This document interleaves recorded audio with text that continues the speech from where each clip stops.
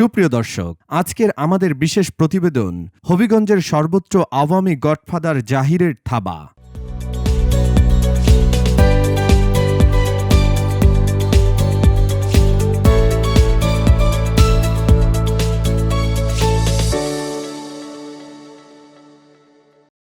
হবিগঞ্জের প্রভাবশালী নেতা এবং সাবেক সংসদ সদস্য মোহাম্মদ আবু জাহিরের বিরুদ্ধে উঠেছে একাধিক অভিযোগ।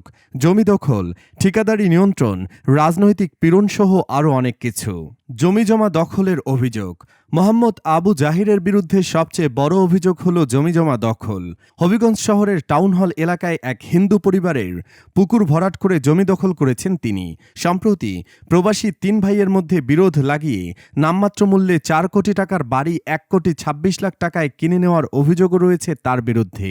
অভিযোগ আছে জমির কেনাবেচায় 10% কমিশন দিতে বাধ্য করা হতো, এমনকি সরকারি জমি অধিগ্রহণও তার প্রভাব ছিল গভীর। সরকারি প্রকল্প এবং ঠিকাদারি নিয়ন্ত্রণ।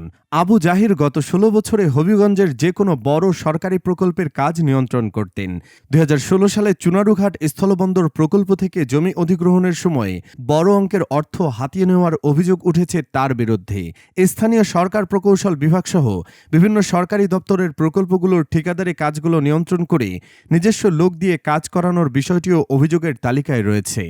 রাজনৈতিক ক্ষমতার অপব্যবহার। আবু জাহির ক্ষমতায় আসার পর থেকেই তিনি রাজনৈতিক প্রতিপক্ষ এবং দলের অভ্যন্তরের সমালোচকদের ওপর নিপীড়ন চালিয়েছেন বলে অভিযোগ করেছেন আওয়ামী লীগের নেতাকর্মীরা। তিনি শুধু বিরোধী দলের নেতাকর্মীদের ওপরই নয়, নিজ দলের সমর্থকদের উপরও প্রভাব খাটিয়েছেন। তার প্রভাব এতটাই ব্যাপক ছিল যে দলের অনেকেই তার বিরুদ্ধে কোনো কথা বলতে সাহস পাননি। এমনকি তিনি পরিবারের সদস্যদের গুরুত্বপূর্ণ পদে বসিয়ে নিজেদের ক্ষমতা আরও সুসংহত করেছেন। জমি অধিগ্রহণ ও বালুমহাল নিয়ন্ত্রণ।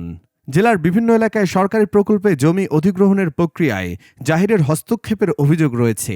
বাল্লা স্থলবন্দর জমি অধিগ্রহণের সময় তিনি জমির দামের ব্যাপারে নিজস্ব দর নির্ধারণ করে তা স্থানীয় জমির মালিকদের থেকে নিয়েছেন। একইভাবে হবিগঞ্জের খোয়াই নদীর বালুমহালগুলোও ইজারা নিয়ে দীর্ঘদিন ধরে সেখানে বালু উত্তোলনের মাধ্যমে লক্ষ লক্ষ টাকা হাতিয়ে নিয়েছেন। অর্থনৈতিক প্রভাব বৃদ্ধি। হবিগঞ্জে তার ক্ষমতা এবং প্রভাব শুধু রাজনৈতিকভাবেই সীমাবদ্ধ ছিল না, তিনি অর্থনৈতিকভাবেও অনেক শক্তিশালী হয়েছেন। তার প্রভাবাধীন ঠিকাদারি এবং জমি কেনাবেচার মাধ্যমে তার সম্পদ কয়েক গুণ বেড়ে গেছে। এখন প্রশ্ন উঠেছে, এইসব অপকর্মের বিরুদ্ধে কার্যকর পদক্ষেপ নেওয়া হবে কি? স্থানীয় প্রশাসন এবং জনগণের দাবি, আবু জাহিরের এই সকল অনিয়ম ও দুর্নীতির তদন্ত হওয়া উচিত এবং এই ধরনের নেতাদের বিরুদ্ধে শক্ত হাতে ব্যবস্থা নেওয়া উচিত। এটাই ছিল আজকের আপডেট। ধন্যবাদ আমাদের সাথে থাকার জন্য।